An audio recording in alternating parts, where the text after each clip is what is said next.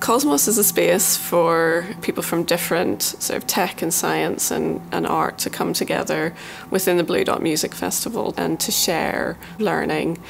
and to create an artwork that tens of thousands of people can experience at Jodrell Bank.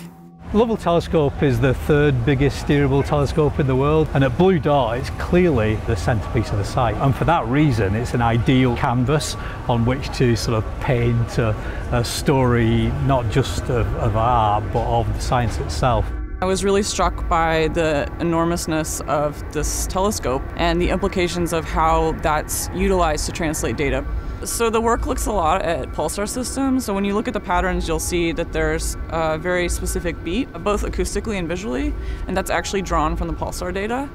The data we receive in the telescopes has sometimes been travelling up to 10 billion years. So to see Addie being able to encapsulate all that and represent it in the installation was really exciting.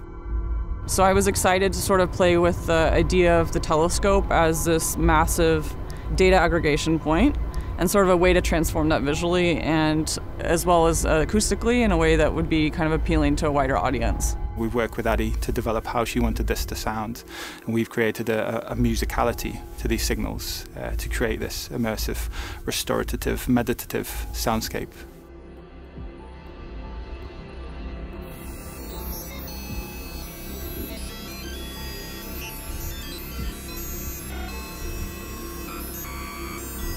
Our vision for the piece was to create an environment that was attractive and was a destination for festival goers. What happened was that people came and stayed for long periods of time lying on the floor and absorbing the environment and the context of the piece. So there was an immersive soundscape, there was the projection on the telescope. But something we didn't factor into designing this was actually you could lay on the ground and look up at the stars as well, which was was the whole premise of the piece, was this collecting data about stars and about the universe.